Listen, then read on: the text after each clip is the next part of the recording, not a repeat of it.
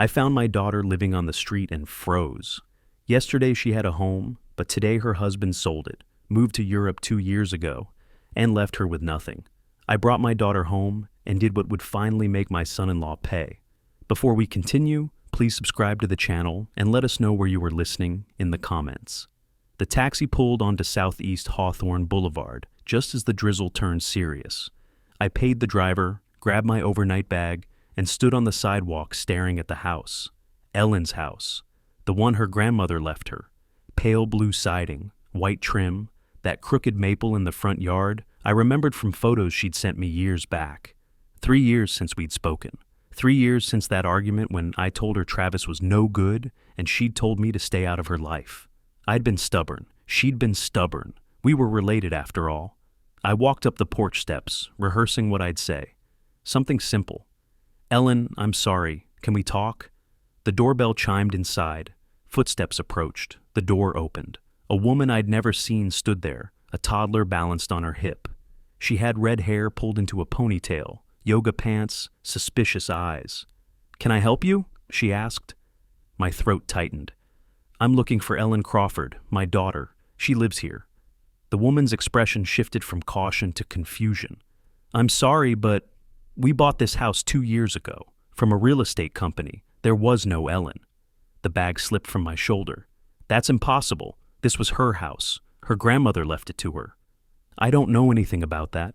She adjusted the toddler, who was staring at me with enormous brown eyes. "We closed escrow in March of 2023. Everything was legal and proper." I pulled out my phone, fumbled through photos until I found it. Ellen standing right here on this porch 5 years ago, holding up the house keys and grinning. I showed the screen to this stranger. "That's the same house," I said. My voice sounded far away. "Same address, 2847 Southeast Hawthorne?" The woman softened slightly. "I'm sorry, I really am, but this is our home now. Maybe you could try calling her?" She closed the door gently. I heard the deadbolt click. I stood there breathing the damp February air, trying to make sense of it. Sold, Ellen would have told me, wouldn't she? Even angry, even after 3 years of silence, she'd have mentioned selling her grandmother's house. Movement caught my eye. Next door, an elderly woman was watering potted plants under her covered porch, watching me with open curiosity. I walked over. "Excuse me, I'm Ellen Crawford's father. Do you know where she is?" The woman set down her watering can. "Oh my, you're Ellen's father? I'm Dorothy Patterson. I live here." She gestured at her house. I remember Ellen, such a sweet girl, played piano beautifully. "When did you last see my daughter?"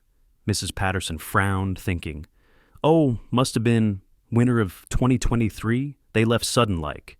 House went up for sale right after. I thought maybe they moved for work." "They? You mean Ellen and her husband?" "That Travis fellow, yes. Nice enough, but something always seemed off about him." She studied my face. "You didn't know they left?" I shook my head, unable to speak. "I'm sorry, dear. I assumed family knew. It all happened so fast. 1 week they were there, the next week there was a realtor sign in the yard."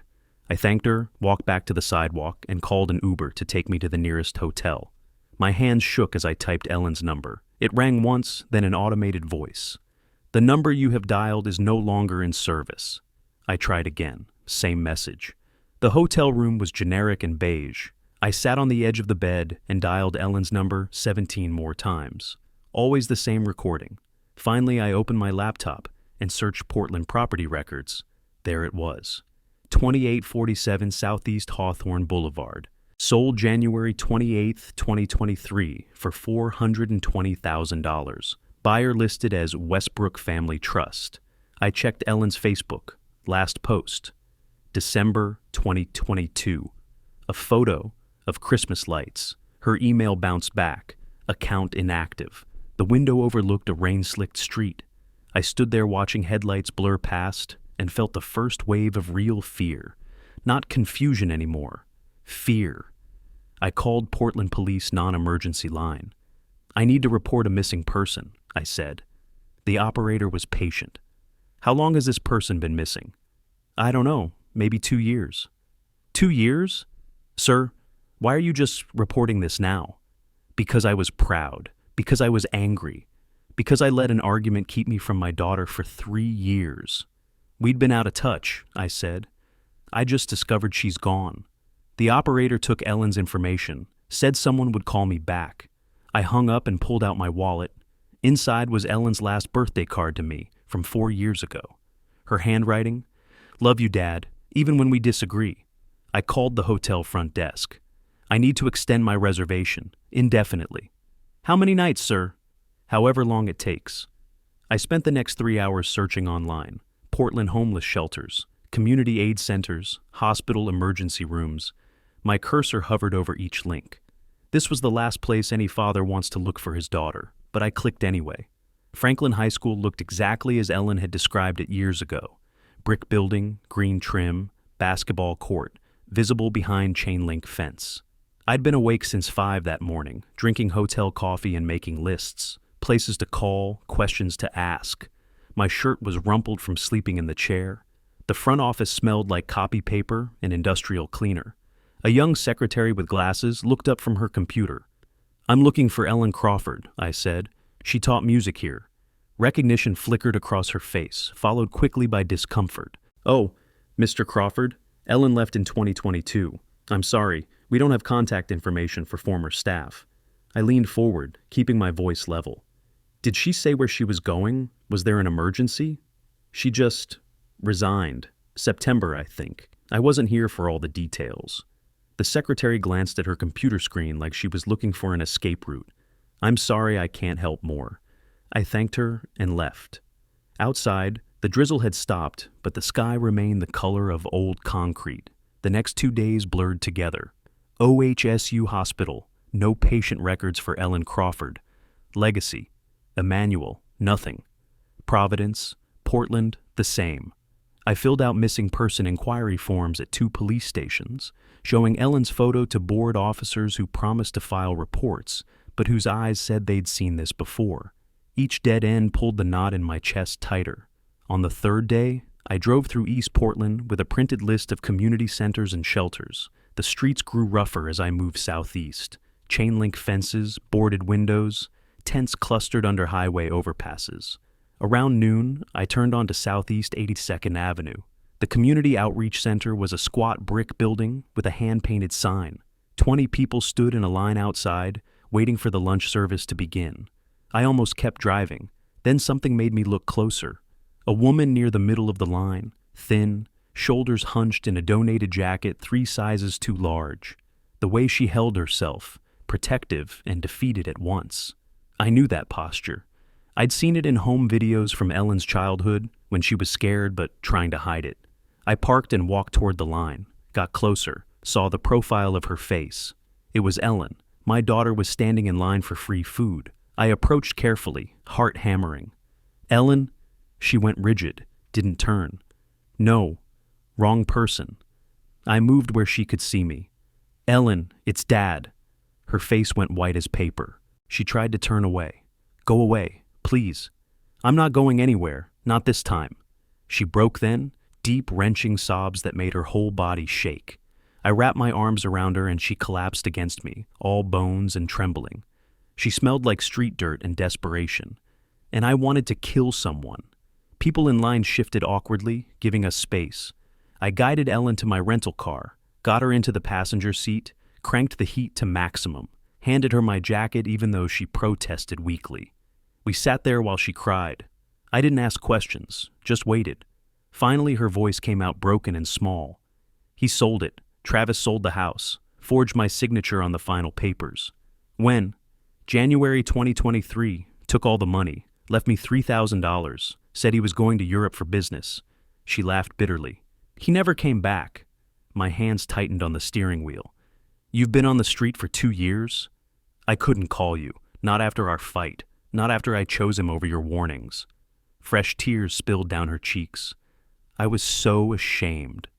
I drove to a furnished apartment I'd seen advertised near Powell Boulevard, paid first and last month in cash. The landlord asked no questions. The studio was small but clean. Bed, kitchenette, bathroom with a shower. I unpacked groceries while Ellen stood in the doorway looking lost. "This is yours for the month," I said. "We'll figure out something longer term soon." "Dad, I can't afford. You're not paying. This is what I should have done 3 years ago. I'm so sorry for everything. I set down the bag of apples, looked at her directly. Save your apologies. You didn't do anything wrong. He did, and he's going to answer for it. I showed her the shower, left clean towels folded on the bathroom counter, made her promise to eat the sandwich I'd bought. Then I drove back to my hotel. That night, I didn't cry, didn't rage. I opened my laptop and began searching. How to trace financial fraud, asset recovery legal options, property fraud prosecution, Delaware LLC registration database. I created a spreadsheet, timeline of events, what I knew, what I needed to find out, old audit habits kicking in like muscle memory. At 2 a.m, I stared at the screen, multiple tabs open, Oregon property law, fraud statutes, attorney directories, pages of notes in my neat handwriting. Ellen was sleeping 3 blocks away in her first real bed in 2 years. I should have felt relieved. Instead, I felt something sharper, colder. I saved a document titled Travis Henry, Asset Investigation, and closed the laptop. Tomorrow I'd start making calls. Tomorrow, the hunt would begin. 1 week had passed since I'd found Ellen in that line. 7 days of buying her groceries, making sure she ate, watching color return to her face. But I wasn't just playing caretaker. Every morning while she slept, I worked. The county clerk's office smelled like old paper and floor polish. Ellen's hands shook as she signed the request form for a certified copy of her marriage certificate. "That's me," she said, voice small. "I'm the wife." The clerk barely looked up. "Property deed for Southeast Hawthorne address will be $25, 10 business days." I leaned forward. "We can pay rush processing. We need these soon." 3 days later, the documents arrived. I spread them across Ellen's apartment table, photographing each page with my phone. Marriage certificate showing Ellen Crawford married to Travis Henry, June 2019. Property deed listing Ellen as heir to her grandmother's house, transferred December 2020. Everything documented, everything provable. I spent 2 evenings researching Portland family law firms, read case histories, checked bar association records. My audit training made me thorough. I narrowed 3 candidates to 1, Corey Wilson, specializing in fraud cases. His office was downtown, 10th floor, glass walls overlooking the Willamette River. Corey Wilson was 42, sharp-eyed, with the careful attention of someone who'd seen too many lies. He listened to Ellen's story without interrupting, examined the documents I'd organized, then he delivered his assessment. "This is textbook fraud," he said. "Forged signature, unauthorized sale of community property. But here's the problem. Your husband is in Portugal?" Ellen flinched. "Ex-husband. I mean, we're still married legally, but legally married means legally entitled to half that house." Corey cut through her confusion efficiently. "He stole from you, but Portugal doesn't extradite for civil fraud." I leaned forward, pen poised over my legal pad. "So, we can't touch him?" "I didn't say that. Civil suits don't require extradition. We go after his assets in the U.S., if he has any." Driving back, Ellen stared out the window at gray Portland drizzle. "Maybe it's hopeless. Maybe he made sure there's nothing left to find." "People always think they're cleverer than they are," I said, "especially people like Travis." "What do you mean?" "I spent 30 years finding money people tried to hide. He's not special. He's just greedy, and greedy people make mistakes." That evening in my hotel room, I opened my laptop, started searching. Travis Henry plus Portland. Travis Henry plus real estate. Travis Henry plus Portugal. Found his LinkedIn profile. Managing partner, Cascade Properties Group. Investment opportunities, strategic acquisitions, the language of someone playing businessman. Last activity, January 2023. The month he vanished. I clicked through to the company page, generic website, stock photos, contact form that probably went nowhere. But the company existed. That meant corporate registration. That meant public records. The Delaware Division of Corporations database loaded slowly. I typed Cascade Properties Group, LLC. There it was, registered March 2022, 10 months before he sold Ellen's house. Single member, Travis Henry. Registered agent address in Wilmington, Delaware. I sat back, pieces clicking into place. March 2022. Travis hadn't just stolen impulsively. He'd created a company nearly a year before executing the theft, planned it, prepared for it, spent months setting up the infrastructure to hide stolen money. I pulled up Google Maps, searched the registered agent address, mail forwarding service, not a real office, classic shell company setup. I'd seen hundreds of these during my IRS career. People thought corporate structures made them invisible. They were wrong. I opened a new spreadsheet, created columns, date, action, evidence source, notes. Started filling it in. March 2022, LLC registration. January 2023, house sale. February 2023, Travis relocates to Portugal. A timeline of premeditated theft. My phone buzzed. Text from Ellen. Thank you for your day, for everything. I texted back, get some rest. Tomorrow we keep digging. But I didn't rest. I pulled up the Delaware Registered Agents website, found their phone number, called. I'm inquiring about Cascade Properties Group, LLC, I said. Can you confirm the current mailing address? The voice on the other end sounded bored. We're registered agent only. We don't have client information. I understand. Is there a secondary contact listed? Sir, we can't disclose that without proper authorization. I thanked them and hung up. Hadn't expected cooperation. But now I knew they'd logged the call. Travis would receive notification someone was asking questions. Good. Let him wonder. I opened two browser windows side by side. Left, Cascade Properties Group, LLC registration, March 2022. Right, Travis's LinkedIn profile, last activity January 2023. Timeline matched perfectly. Travis had planned this months before executing. I'd seen this pattern before in tax evasion cases. Create shell company, funnel money through it, hide assets behind corporate veil. But shell companies have bank accounts, and bank accounts leave trails. I closed the laptop, but didn't sleep. Tomorrow, I'd make more calls. Tomorrow, I'd find where Travis hid the money. 2 weeks later, I sat in a coffee shop near Powell's Books, reading the private investigator's report for the third time. $2,500, worth every penny. Richard Moss arrived exactly on time, sliding into the booth across from me with his own folder. Former forensic accountant turned PI. I'd chosen him carefully. Your son-in-law thought he was clever, Richard said, spreading photocopied bank statements across the table.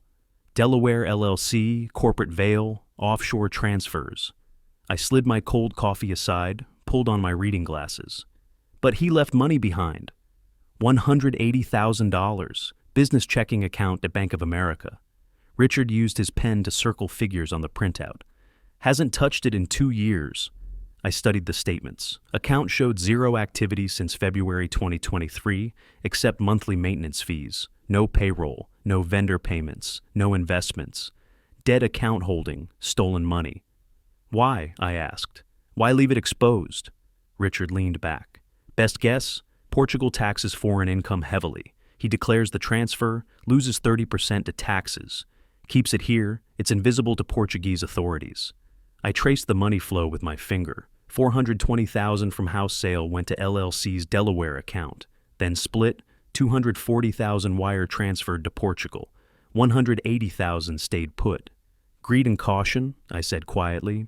Fatal combination. Back in my hotel room, I spread Richard's report alongside my own research, created a new timeline. LLC registered March 2022, house sold January 2023. Money transferred February 2023. Travis relocated Portugal February 2023. All account activity ceased March 2023. Perfect sequence proving premeditation. This wasn't marital breakdown leading to desperate act. This was calculated theft executed over 12 months. I photographed each page of Richard's report, uploaded everything to encrypted cloud storage, chain of custody, evidence protection, old audit habits. The next morning, I brought Ellen and the full report to Corey Wilson's office. Ellen looked steadier now. 3 weeks of regular meals, safe housing, her father's support. She sat straighter. Corey reviewed the bank statements, registration documents, timeline. His expression shifted from professional interest to genuine satisfaction. This changes everything, he said. He left assets in U.S. jurisdiction. Can we freeze the account? I asked. Better. We can petition the court to seize it as proceeds of fraud. Ellen's entitled to half that house minimum. That's $210,000. The LLC has 180 sitting there. Ellen's voice came out tight. What if he moves it before we can stop him? We file today. Request emergency restraining order. If the judge grants it, that account freezes immediately. 3 days later, we met Corey at Multnomah County Courthouse. Ellen signed the complaint papers. Her hand hovered over the signature line for a moment. Then she looked at me and signed firmly. The clerk processed our filing. Civil complaint, fraud and property recovery. Filing fee is $278. Corey handed over his credit card. We're also requesting emergency TRO for asset freeze. Judge Nakamura is hearing emergency motions this afternoon. You'll need to wait for review. I touched Ellen's elbow. This is it. First real step. We sat in the hallway for 4 hours. Ellen read a magazine without turning pages. I made notes on my legal pad. Corey checked his phone periodically. Finally, his screen lit up. He read, then looked at us with a thin smile. Judge granted it. Account is frozen effective immediately. Ellen's breath caught. So he can't touch the money? Not $1. Bank of America will receive the court order by end of business today. That $180,000 is locked down. I asked the question we were all thinking. How long until he knows? Bank will notify LLC's registered agent, probably within 48 hours. Then he'll know someone's coming for him. We walked out of the courthouse into March sunshine. Ellen looked different, lighter, standing straighter. She turned to me. What happens now? I watched traffic flow down Broadway. Now we wait. The bank will notify Travis's registered agent. Could be 2 days, could be 3. Then he'll know his money is frozen. Ellen's face hardened slightly. Good. Anger was better than shame. Will he call? She asked. I considered. Probably. Men like Travis always think they can talk their way out of consequences. I met her eyes. Let him call. We're ready. We walked toward the parking garage. Behind us, inside the courthouse, our case folder joined hundreds of others in a file room. But I knew something those other cases didn't have. A defendant who left a trail of evidence and $180,000 sitting in plain sight, just waiting to be taken back. 4 days later, Ellen's phone rang at 6:47 a.m. I sat across from her at the small kitchen table, coffee cup halfway to my lips. We'd been waiting for this call. Knew it would come once Bank of America notified Travis about the frozen account. Unknown international number, Portugal country code. Ellen stared at the screen. Her hand trembled, reaching for it. I nodded once. She answered, tapped speaker mode. What do you think you're doing? Travis's voice exploded through the speaker, loud enough to make Ellen flinch. You froze my business account. I placed my hand over Ellen's, steadying her. Your business account? Her voice shook but held firm. You mean the money you stole from our house? I didn't steal anything. That was our joint decision. I never signed those papers. You forged my signature. You're lying. His voice rose higher, losing control. I'll sue you for defamation. Ellen interrupted him. Tell it to the judge, Travis. Ellen, wait. She hung up, sat there breathing hard. Then her thumb moved to the screen, hovered over block contact for 1 second before pressing down firmly. You did well, I said. Her hands were still shaking. I wanted to scream at him, ask him why, how he could do this. Would it have changed anything? She looked at me. No, nothing he says matters anymore. Good. Remember that feeling when he calls again, because he will. Later that morning, back in my hotel room, I made another call to Johnson at the IRS Portland office. We'd worked together for 15 years before I retired. Crawford? Been what? 4 years? Thought you disappeared completely. Mostly fishing and visiting family, I said. Speaking of which, I'm in Portland helping my daughter with something. Came across an interesting situation. Official interesting or just interesting? LLC registered in Delaware, operating address in Oregon. No tax filing since 2023, but active bank account with 6 figures. I kept my tone casual, bureaucratic. Thought your office might want to know. His tone changed immediately. Send me the details. We'll take a look. That afternoon, I met with Corey Wilson. We prepared the information package together. LLC registration documents, bank account evidence, timeline showing 2 years of no business activity, no tax filings, just $180,000 sitting dormant. Corey sealed everything in a manila envelope marked for IRS review. IRS doesn't investigate every tip they receive, he said. They investigate credible tips with documentation. I've given them both. If they open a case, Travis faces criminal exposure, not just civil penalties.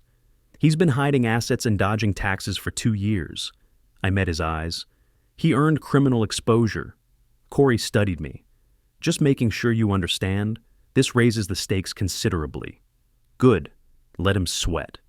3 days later, the court order arrived. I was checking email for the dozenth time when the notification appeared. I opened it, read it twice, then printed 3 copies. Multnomah County Court grants preliminary injunction freezing Cascade Properties Group. Assets pending fraud hearing scheduled May 15th. Bank of America confirms account locked. No withdrawals, transfers, or closures permitted. I filed the original in my expanding folder, gave 1 copy to Ellen, kept 1 for myself. That evening, Travis called again from a different number. Ellen and I watched it ring through to voicemail. His recorded voice came through desperate instead of angry. Ellen, please, we can work this out. I'll pay you back, I promise. Just drop the court case. Please call me. I deleted the message. Ellen nodded approval. What happens now? She asked. We were standing at her apartment window, watching evening traffic. Now we wait. Travis knows his money is frozen, knows someone's coming for him. Her face hardened slightly. Good. Anger was better than shame. Will he keep calling? Probably. Men like Travis always think they can talk their way out of consequences. I met her eyes. Let him call. We're ready. 2 weeks passed. Ellen started working part-time at Portland Music Academy. I organized evidence for the May hearing. We fell into a routine. Then Corey called, voice tight. Travis hired a lawyer in Portland. Big firm, expensive. They just filed countermotion. I sat up straighter at my hotel desk. What kind of countermotion? Papers rustled through the phone. They're claiming Ellen signed everything voluntarily, saying she had substance abuse issues, alleging the sale was legitimate marital decision and the LLC freeze is improper restraint on legitimate business entity. I felt a cold spike of anger. First time my control had cracked. Not because Travis was fighting back, because he was lying about Ellen, attacking her character. When's the hearing? May 10th, 5 days before our fraud hearing. They're trying to get the freeze lifted first. I ended the call, stared at the wall. Travis just made this personal. The next morning, Ellen sat across from me, reading her copy of Travis's counter lawsuit. 23 pages of professionally crafted lies. Her hands shook. Not with fear this time, with rage. He's saying I'm a drunk? Her voice rose. That I agreed to sell my grandmother's house for his business venture? I haven't had more than wine at dinner since college. I watched her carefully. This anger was good, but it needed to be channeled, not let loose. She kept reading, face going white. He claims I was enthusiastic about the sale, used the money for personal expenses, then blamed him when I relapsed.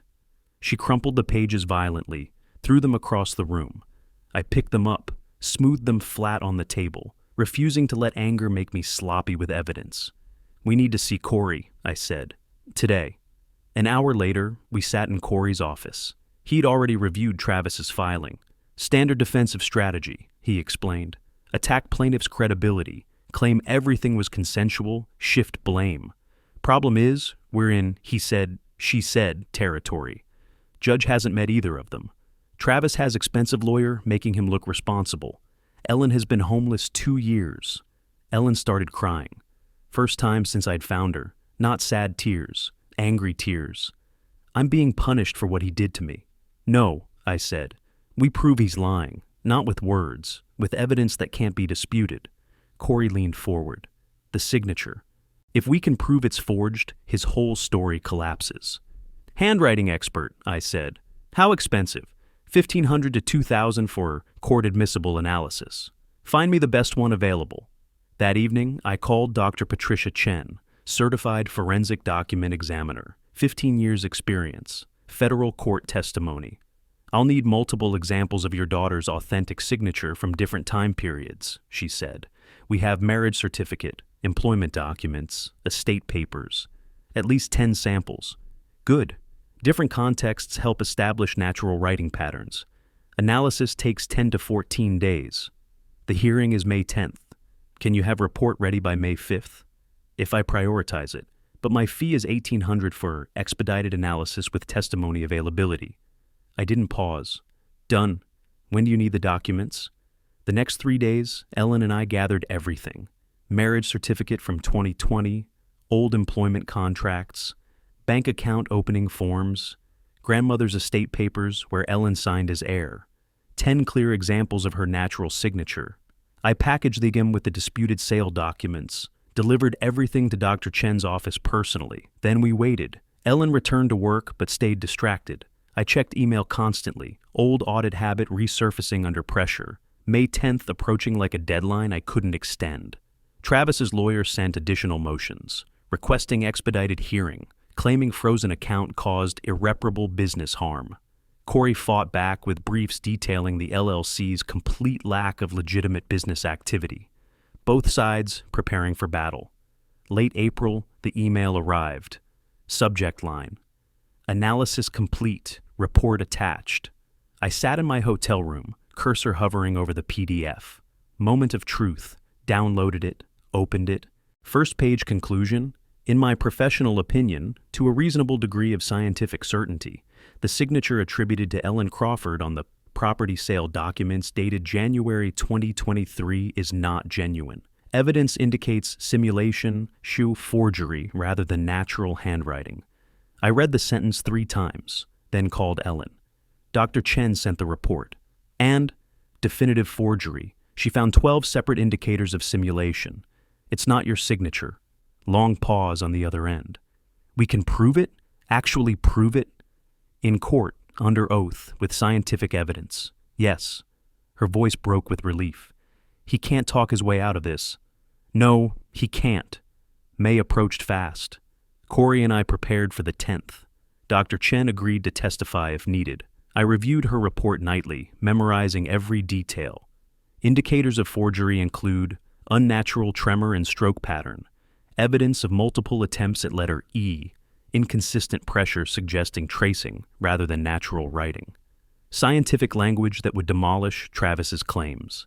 Ellen seems steadier now. Having proof helped. But I knew the real test came in 5 days. Travis's expensive lawyer would fight, try to exclude expert testimony, argue procedural technicalities, claim anything to protect that frozen $180,000. I sat in my hotel room with my calculator open, running numbers. If we won the May 10th hearing, the freeze stayed in place. If we lost, money could vanish before the fraud hearing on May 15th. 5 days between hearings. Narrow window for Travis to move assets if he got an opening. I made a note.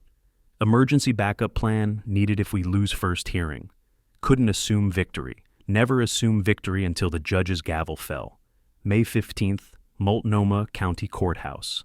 9 a.m. Ellen and I sat with Corey at the plaintiff's table. Across the aisle, Travis's attorney Marcus Bergman arranged his expensive briefcase, adjusted his expensive tie. The video monitor flickered on. Travis's face appeared from Portugal. First time I'd seen my son-in-law in 3 years. First time since he'd destroyed my daughter's life. Judge Nakamura entered. All rise. Dr. Chen took the stand first. Projected signature comparisons on the courtroom screen used a laser pointer to trace the evidence. Authentic signatures show fluid, confident strokes, she explained. This signature shows hesitation marks, unnatural tremor, inconsistent pressure, classic signs of simulation. Bergman cross-examined aggressively. Couldn't stress or illness cause signature variations? Minor variations, yes. Dr. Chen didn't waver. But this shows systematic differences across 12 measurable criteria. That's not stress, that's forgery. Ellen testified next. Sat in the witness box with hands folded, spoke clearly into the microphone. Did you sign documents authorizing the sale of your house? Corey asked. No, I didn't even know the house was being sold until after it happened. Where were you when the sale took place?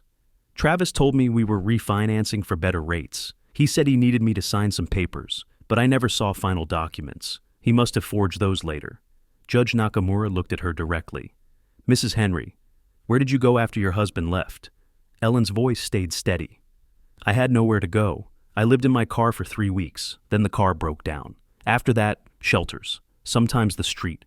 I watched Travis's face on the monitor. He shifted uncomfortably, whispered to someone, off camera. Judge Nakamura didn't take long to decide. This court finds defendant committed fraud through forgery and misappropriation of community property. She looked at the video monitor. Mr. Henry, you will pay your wife $420,000. The LLC account provides partial payment. You have 90 days for the remainder. Travis started to speak. Your Honor, I don't have... That's not this court's concern. You found money to flee to Europe. Find money to compensate your victim. Next case. We walked out into May sunshine. Corey was satisfied. Complete victory. Everything we asked for. Except Travis doesn't have $240,000, I said. Court will enforce. If he doesn't pay, we can pursue international asset seizure, garnishment. He has an apartment in Portugal. What's that worth? I'll file for discovery of foreign assets. Force him to disclose what he owns. Good. Let's make sure he has nowhere left to hide. That afternoon, back at my hotel, I received an email from Corey. Forwarded IRS letter addressed to Travis Henry and Cascade Properties Group. Official investigation opened. Demands for tax returns 2023-2024. Estimated tax liability $55,000. Penalties and interest approximately $20,000 additional. Warning in bold. Failure to respond within 30 days may result in criminal referral. I sat with my calculator and legal pad, made lists. Travis owes Ellen $420,000. Travis owes IRS approximately $75,000. Total obligations, $495,000. Known assets, $180,000 in frozen LLC account going to Ellen. Remaining gap, $315,000 that Travis must produce somehow. His only substantial asset left was the Portugal apartment. The trap was closing. 1 week later, Corey called. IRS Criminal Investigation Division issued arrest warrant for Travis Henry. Willful failure to file tax returns, tax evasion. If he enters U.S. territory, he'll be arrested at customs. I read the notice twice, felt cold satisfaction. Travis could never come home. Early June, an email arrived from a Portuguese attorney requesting settlement negotiation. Formal, polite, but I read desperation between the lines. Client wishes to resolve all outstanding obligations amicably. Proposes payment plan acceptable to all parties. I forwarded it to Corey with one line. Not interested in negotiation, full payment, or enforcement. Travis was scrambling now. Court judgment gave him 90 days to pay $240,000. IRS gave him 30 days to respond to investigation. Both deadlines approaching. He had to sell his Portugal apartment. No other way to raise money. I checked international real estate sites. Found listings in Lisbon. Average sale time, 3 to 4 months. Travis didn't have that long. The pressure was working exactly as planned. 3 weeks passed. Mid-June now, summer heat settling over Portland. I'd moved from the hotel to a month-to-month furnished apartment. Started a temporary routine. Breakfast with Ellen twice weekly. Meetings with Corey monitoring Travis's compliance. Long walks along the Willamette River. Then Corey called with an update. Travis listed his apartment in Lisbon for €150,000. Also, his attorney filed motion requesting extension on payment deadline. Claims he needs time to liquidate assets. I sat on my apartment balcony, phone to ear. What did you tell them? Corey's voice was satisfied.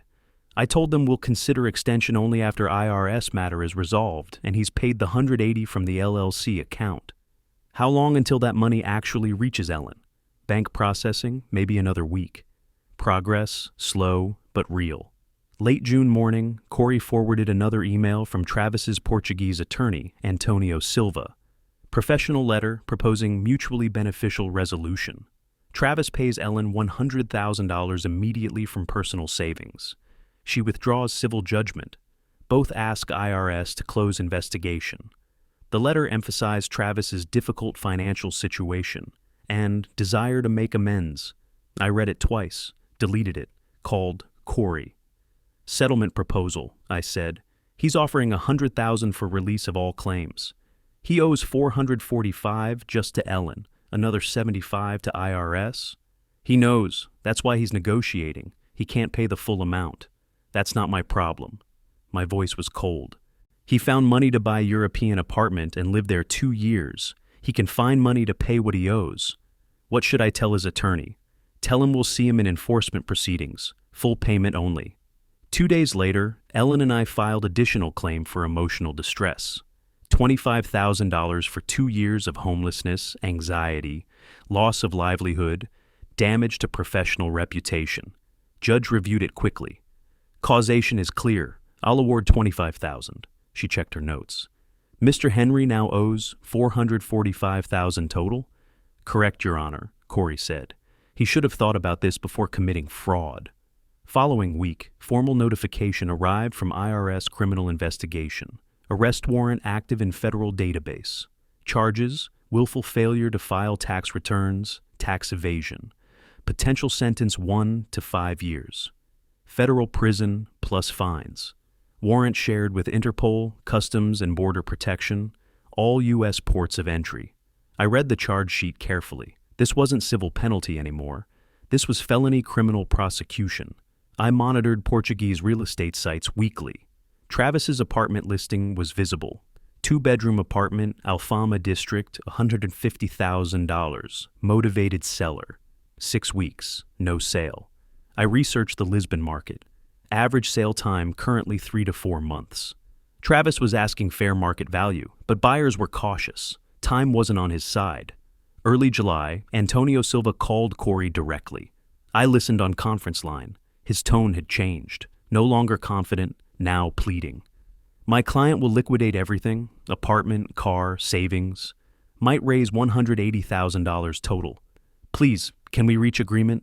I answered directly. Tell your client Mercy was when my daughter slept in doorways for 2 years while he lived comfortably in Europe on her stolen inheritance. He'll pay every cent or lose everything trying. Silva tried again. You're not willing to show any flexibility? Any compassion? Tell your client this. When my daughter was sleeping in doorways, did he show compassion? When she was eating at soup kitchens, did he show flexibility? He gets exactly what he gave her. Nothing. After the call, I walked along the Willamette River, hands in pockets, watching the water flow. Ellen asked me later if Travis actually understood what he'd done to her. No, I told her. Men like Travis never really understand. They understand consequences, not guilt. That's why consequences matter. Late July, heat waves settled over Portland, temperatures hitting mid-90s. I sat in my air-conditioned apartment reviewing Corey's latest update. Travis's apartment finally had a potential buyer.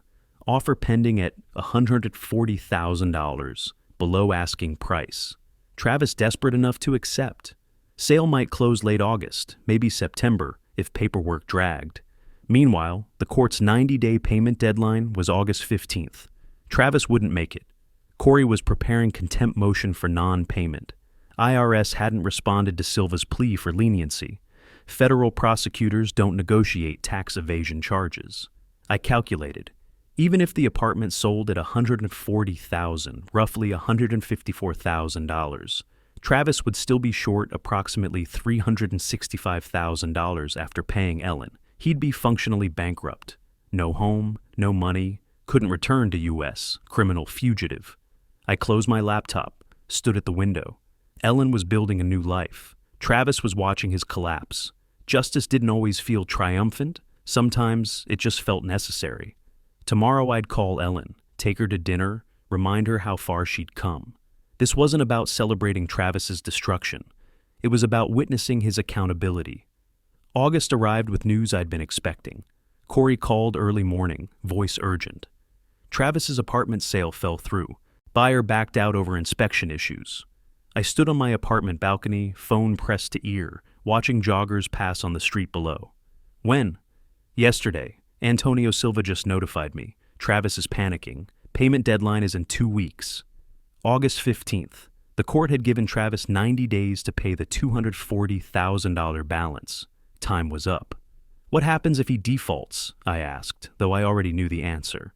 We file for contempt. Court can order asset seizure, wage garnishment, arrest warrant for civil contempt if he ever returns to U.S. soil. I felt no satisfaction. just the cool certainty of watching a plan unfold exactly as designed. File for contempt the day after deadline passes, I said. Don't give him extensions. The trap wasn't just closing anymore, it was sealed shut. August 15th arrived hot and clear. Corey and I walked into the courthouse at 9 a.m. sharp, carrying the contempt motion in a manila folder. The building smelled like floor polish and recycled air. We'd been here so many times over the past months that the security guards recognized us. The clerk stamped our filing with practiced efficiency. Contempt of court for failure to satisfy judgment. Hearing scheduled August 28th. I photographed the stamped copy with my phone. Documentation. Always documentation. Before we'd even left the building, Antonio Silva sent a frantic email. I watched Corey read it on his phone in the courthouse lobby. Client securing new buyer, needs 1 week extension, Corey read aloud. I looked at him, shook my head once. No extensions? He typed back. Client had 90 days. See you at contempt hearing. We walked out into August heat. I felt the weight of the folder under my arm. 7 months of work, distilled into legal paper and court stamps. Within 48 hours, everything changed. Antonio notified us Travis had accepted an offer. $135,000, 15,000 euros below his original asking price. The new buyers were a young Portuguese couple who'd sensed desperation and pressed their advantage hard. Closing scheduled for August 22nd, Corey told me over coffee at our usual cafe. Fast track. He's liquidating everything to avoid contempt jail time. I pulled out my notepad, did the calculation I'd done 100 times already. After paying Ellen's balance, IRS debt, legal fees, and closing costs, Travis would have approximately $18,000 left. $18,000. From a $420,000 theft. He's functionally bankrupt, Corey observed. Yes, I said simply. He is. Late August, the wire transfers began processing. International transfers move slowly, require multiple verifications, pass through banking systems like water through layers of filter. I tracked each one obsessively. $240,000 from Travis's apartment sale proceeds, combined with the earlier $180,000 from the LLC account and $25,000 emotional distress judgment, Ellen would receive $445,000 total. I sat with her at her bank branch while we waited for the final transfer to clear. She watched the screen like it might disappear if she looked away. The numbers updated. Balance, $445,000 scars. $445,000, she whispered. It's really there. Her hands were shaking, not from fear this time, from the sheer weight of seeing justice converted into numbers on a screen. Your grandmother's house was worth $420, I said quietly. The emotional distress award was $25, every penny you're owed. She stared at the screen for a long moment. It feels strange, like it shouldn't be about money. It's not about money, I told her. It's about him paying the cost of what he did. Money is just how courts measure accountability. It's the only language the system speaks. She nodded slowly, still staring at that number. Simultaneously, IRS received their $75,000. Payment processed, debt technically satisfied. But when I called Corey to confirm, he delivered the news I'd been waiting for. Payment doesn't erase the criminal conviction, he said. I just got off the phone with the IRS Criminal Investigation Division. And Federal Criminal Database, permanent flag on Travis Henry. Any background check, employment, housing, credit, will show tax evasion conviction. He can't work legally for U.S. companies, can't obtain security clearances, can't enter the country without immediate arrest. Travis had built his own prison, one with no walls, no bars, just borders he could never cross and a digital record that would follow him forever. That evening, I created a final spreadsheet. Old habits. Everything needed to be documented, verified, closed out properly. Travis's apartment sale, $135,000 at August exchange rate, roughly $148,500, minus Ellen's remaining balance, $240,000, minus IRS payment, $75,000, minus Antonio Silva's legal fees, approximately $8,000, minus Portuguese real estate closing costs, roughly $5,000. Travis's remaining funds, $18,500. He'd started with $420,000 stolen from Ellen. 8 months later, he had less than 5% of it left. He'd lost his home, his savings, his ability to return to America, his professional future, his clean record. I saved the spreadsheet in my Crawford V. Henry folder, closed my laptop. The numbers told the complete story. Early September, Portland's weather shifted. That first hint of autumn in the air, leaves beginning to turn. I helped Ellen move into her new apartment. 2-bedroom in Laurelhurst, tree-lined street, safe neighborhood, walking distance from her music school job. The kind of place she should have had all along. We carried boxes up the stairs together. Her things were modest. She was starting over after all. But each box represented something real. Kitchen supplies, clothes that fit, books, a small TV, bedding for an actual bed. Ellen stood in the empty living room after we'd brought the last box up. Sunlight streamed through windows, illuminating bare hardwood floors. Tears ran down her face. "I have a home again," she whispered. I squeezed her shoulder, felt her lean into the touch. Sometimes silence is the best response. Sometimes presence is enough. 2 days later, I was helping her unpack kitchen boxes when her phone rang. Blocked international number. She looked at the screen, then at me. Her face went pale. I nodded. "Answer it. Get closure." She put it on speaker, set the phone on the counter between us. Travis's voice came through broken, unfamiliar. Nothing like the confident man who charmed Ellen years ago. This voice was hollow, defeated. "Ellen, please, I've lost everything. My apartment, my savings, my car. I'm living in a room with 3 roommates, sleeping on a mattress on the floor. I can't work in America anymore. I can't go home. I have nothing left. I'm sorry. I'm so sorry. Please forgive me. Tell me what I can do to make this right." Ellen listened without interrupting. I watched her face, saw emotions flicker across it like shadows. Anger, pity, exhaustion. Finally, resolution. When she spoke, her voice came out steady and cold, stronger than I'd ever heard it. "You lost money and a comfortable life, Travis. I lost 2 years sleeping on concrete. I lost my dignity, my health, my sense of safety. I lost the ability to feel safe anywhere. You lost things. I lost myself." Travis started to speak. "But I'm not finished," Ellen cut him off. "You spent my inheritance while I ate at soup kitchens. You lived in a nice apartment while I wondered if I'd survive winter.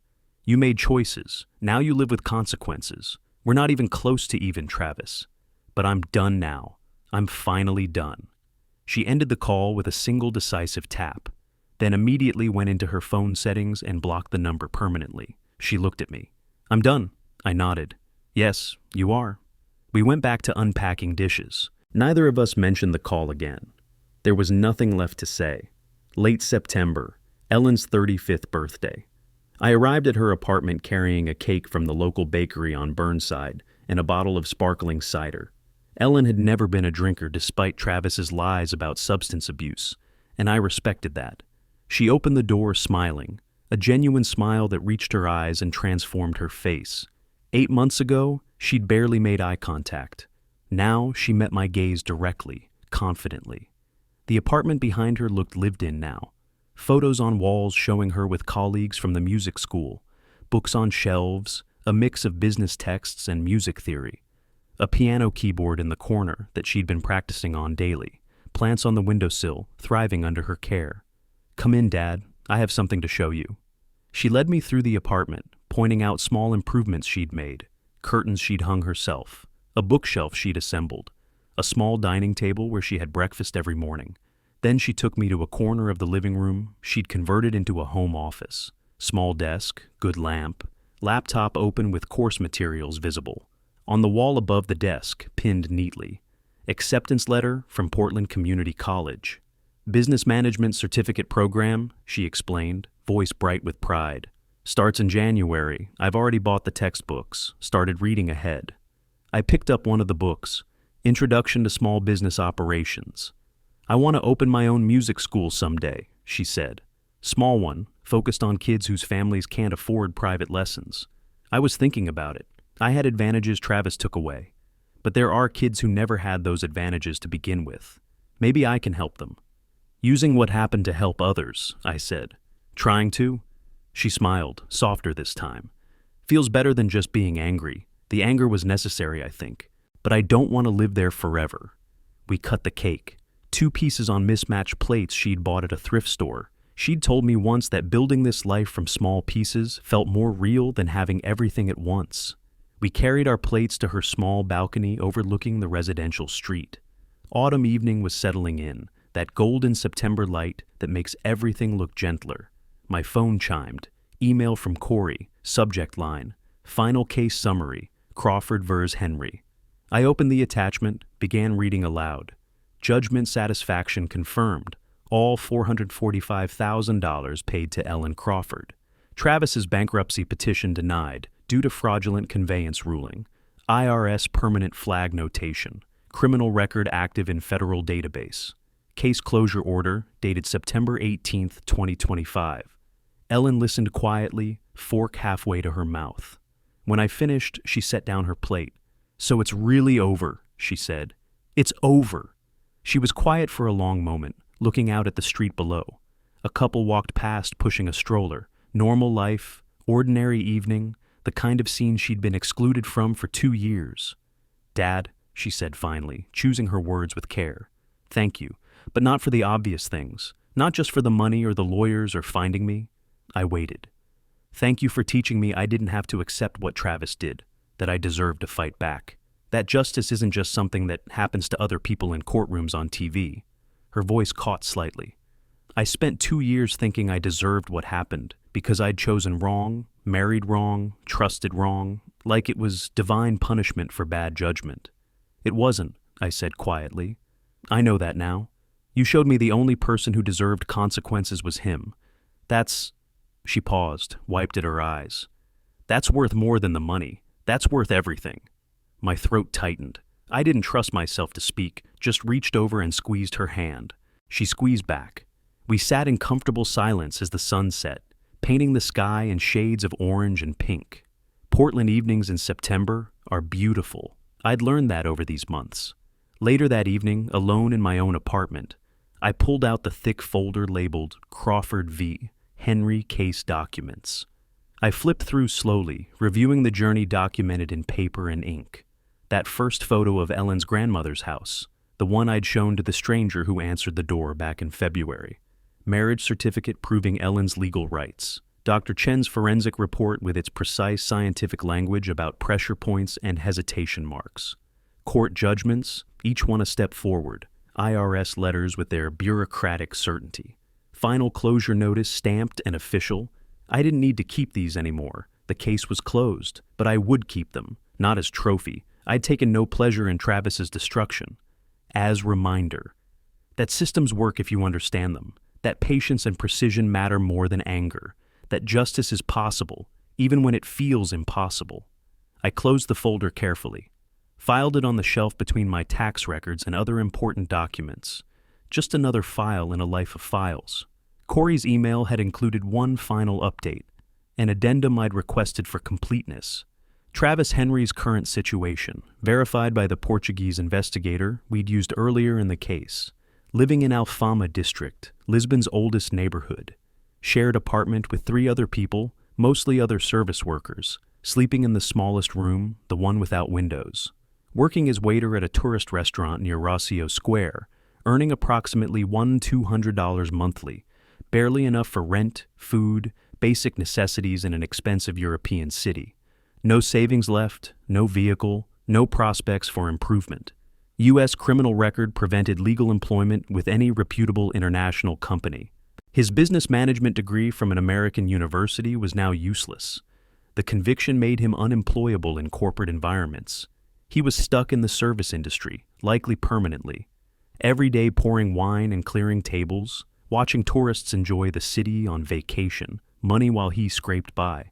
Every day reminded of what his greed had cost him. I read this report without satisfaction or pity, just acknowledgement. Consequences had arrived exactly where they belonged. Next morning, I met Ellen for breakfast at our neighborhood cafe. We'd developed this routine over the past month, meeting Thursday mornings before her work shift, sharing coffee and conversation. The cafe was warm, smelled like fresh bread and espresso. We sat in our usual booth by the window. Ellen looked different than 8 months ago. Not just physically healthier, though she'd gained weight, had color in her cheeks, moved with energy instead of exhaustion. But something deeper had changed. She was present now, engaged with life instead of just enduring it.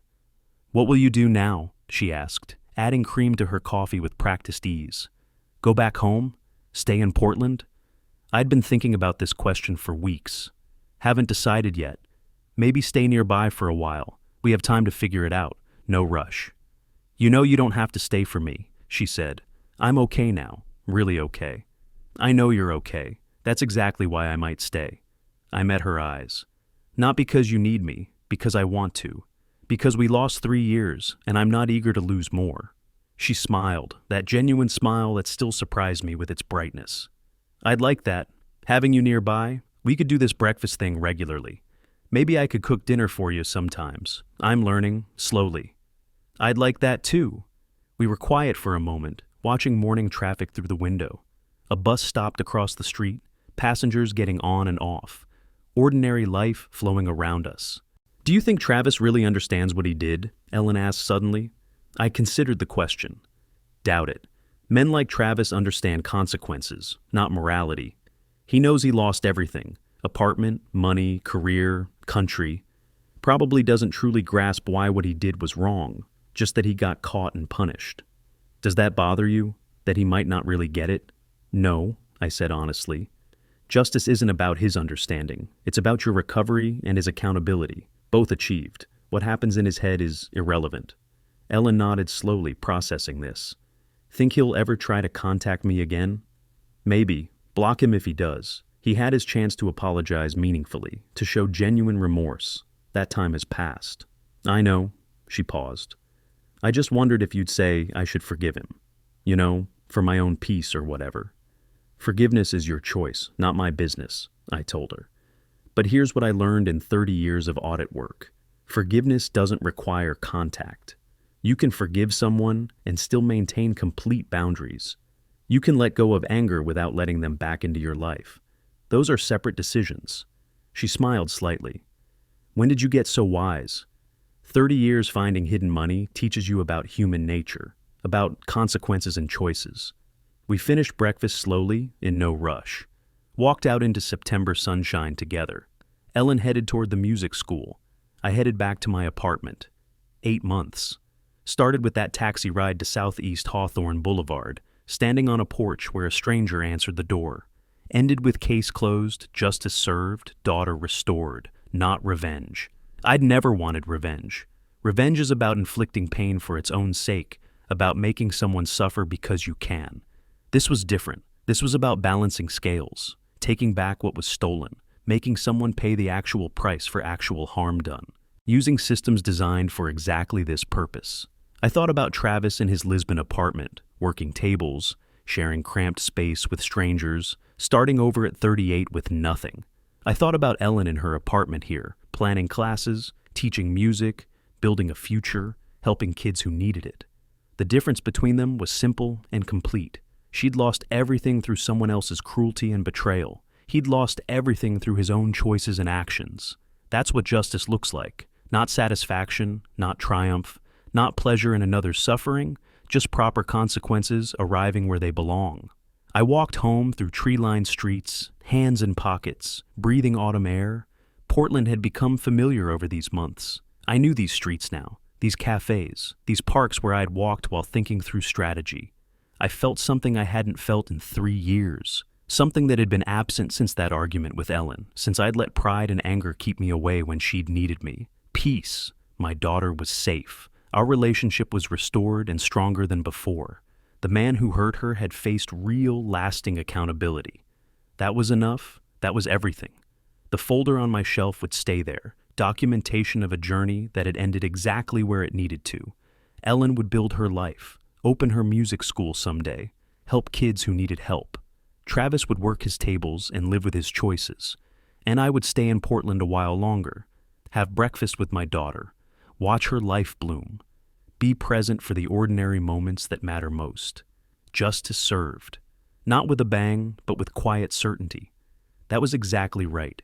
If you like this story, please like this video, subscribe to the channel, and share your impressions of this story in the comments. To listen to the next story, click on the box on the left. Thank you for watching.